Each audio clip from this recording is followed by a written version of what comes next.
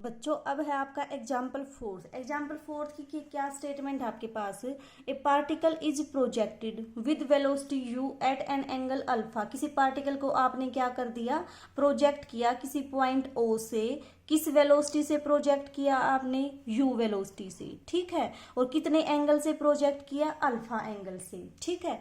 Prove that if h is less than this, the particle shall be again at the same height h after time this, after being at the same height for the first time। तो देखो इस line का क्या मतलब हुआ आपका कि जब आपकी जो हाइट है इस हाइट से लेस है, ठीक है। ये जो आपकी हाइट दे रखी है, याद करो किसका फॉर्मूला है आपके पास, ग्रेटेस्ट हाइट का। और ग्रेटेस्ट हाइट आपकी किस पॉइंट पे अटेन होती है, इस पॉइंट पे। और एक चीज और देखो, जो ग्रेटेस्ट हाइट होगी वो सिर्फ आपकी एक सिंगल पॉइंट पे अटेन होगी। तो इस हाइट से अगर आप थोड़ी सी भी छोटी हाइट ले लेते हो किसी भी पॉइंट के ऊपर, मान लो आपने ये वाली हाइट कंसीडर कर ली, इससे छोटी है ये वाली हाइट, क्योंकि ये ग्रेटेस्ट है तो ऑब्वियस सी बात है ये तो आपकी छोटी होगी इससे।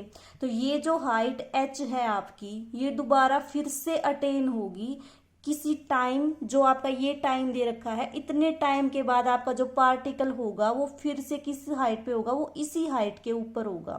ये शो करना है आपको, ठीक है। आई समझ में प्रॉब्लम कि अगर आप इससे छोटी कोई भी हाइट ले लेते हो तो वो हाइट आपकी 2 बार अटेन होगी इस पार्टिकल से, ठीक है। और कितने टाइम के बाद, इतने टाइम के बाद। अगर ये वाली हाइट कंसिडर करते हो तो देखो ये भी आपके पास कितनी बार अटेन होगी, 2 बार। एक बार यहाँ पे, फिर कुछ टाइम के बाद ये दोबारा फिर से इसी हाइट के ऊपर आ जाएगा। और वो जो टाइम होगा आपका, वो टाइम कितना होगा आपका, ये होगा, ठीक है। तो आपने क्या मान लिया, आपने पार्टिकल को प्रोजेक्ट किया यू वेलोसिटी से, अल्फा एंगल से। और जो हाइट है आपकी वो है आपकी ये एच हाइट। और कितने टाइम के बाद है ये हाइट आपकी, T1 टाइम के बाद, ठीक है। इस पोजीशन को मान लिया आपने P, इसको मान लिया आपने Q, कि आपका पार्टिकल T1 टाइम के बाद कितने कहाँ पे पहुंचा, P पे पहुंचा। फिर T2 टाइम के बाद आपका पार्टिकल कहाँ पे पहुंच गया, Q पॉइंट के ऊपर। तो आपको कौन सा टाइम फाइंड आउट करना है, जब ये हाइट अटेन करने के बाद दोबारा फिर से यही हाइट अटेन हो, मीन्स P से लेके Q तक का टाइम। तो P से Q तक का टाइम कितना आएगा आपके पास, ये टोटल टाइम आपका T2, ये टाइम आपका T1। तो ये टाइम कितना बन जाएगा आपके पास, T2 माइनस T1। तो आपको क्या शो करना है, T2 माइनस T1 की वैल्यू कितनी होगी आपकी, ये कैसे प्रूव करोगे। देखो किससे रिलेटेड क्वेश्चन है आपका, पाथ से रिलेटेड क्वेश्चन है। तो किसको कंसीडर करोगे, इक्वेशन ऑफ मोशन को कंसीडर करोगे। इक्वेशन ऑफ मोशन क्या होती है, वर्टिकल प्लेन में है तो इक्वेशन ऑफ मोशन क्या होती है आपके पास, y is equal to u sine alpha t minus half g t square, ठीक है। अब देखो P पॉइंट के ऊपर आपका टाइम कितना है, T1, हाइट कितनी है आपके पास, h। तो कर दो वैल्यू पुट, कितनी आएगी आपके पास, जब आपने y की वैल्यू h पुट की तो h is equal to u sine alpha t minus half g t square, ठीक है।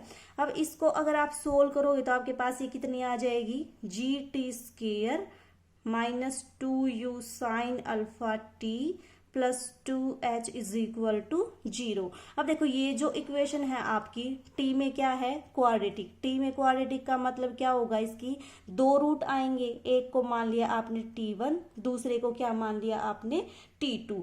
T1 T2 किसके लिए आए हैं, h हाइट के लिए आए हैं, ठीक है। h हाइट का मतलब ये वाली हाइट, इस वाली हाइट के लिए आपके पास 2 टाइम आ गए। मतलब क्या हुआ आपका कि जो हाइट h है आपकी वो 2 बार अटेन होगी, एक T1 के लिए एक T2 के लिए, ठीक है। तो ये तो आपको पता चल गया T1 T2 के लिए आपके पास ये हाइट अटेन होगी। अब आपको तो क्या फाइंड आउट करना है कि उस जो ये हाइट अटेन होगी उसके बीच का टाइम कितना होगा। तो आपने मान लिया कि एक बार तो ये होती है T1 टाइम पे, ये T2 टाइम पे, तो T2 माइनस T1 की वैल्यू फाइंड आउट कर दोगे। अब T2 माइनस T1 का फॉर्मूला क्या होता है आपके पास, under root of T1 plus T2 का whole square minus 4T1 T2। तो आपको क्या चाहिए, T2 minus T1 find out करने के लिए इसकी और इसकी वैल्यू। ये क्या है आपके पास, सम ऑफ रूट, ये क्या है आपके पास, प्रोडक्ट ऑफ रूट। इस इक्वेशन से सम ऑफ रूट की वैल्यू कितनी आ जाएगी, minus of coefficient of this upon coefficient of this upon, फिर प्रोडक्ट ऑफ रूट के लिए क्या आ जाएगा, कोफिशिएंट ऑफ दिस मीन्स ये तो कांस्टेंट ही होता है कि इसके अपॉन में क्या कर दो, इसकी वैल्यू पुट कर दो, तो आपके पास t1 प्लस t2 की वैल्यू आ जाएगी, t1 t2 की वैल्यू आ जाएगी, दोनों की वैल्यू इस इक्वेशन में पुट कर दो, सोल्व कर लो, आपके पास क्या आ जाएगा, t2 minus t1, t2 minus t1 का मतलब आपके पास ये टाइम आ गया। ठीक है, यही टाइम आपको क्या करना था, फाइंड आउट करना था। ओके।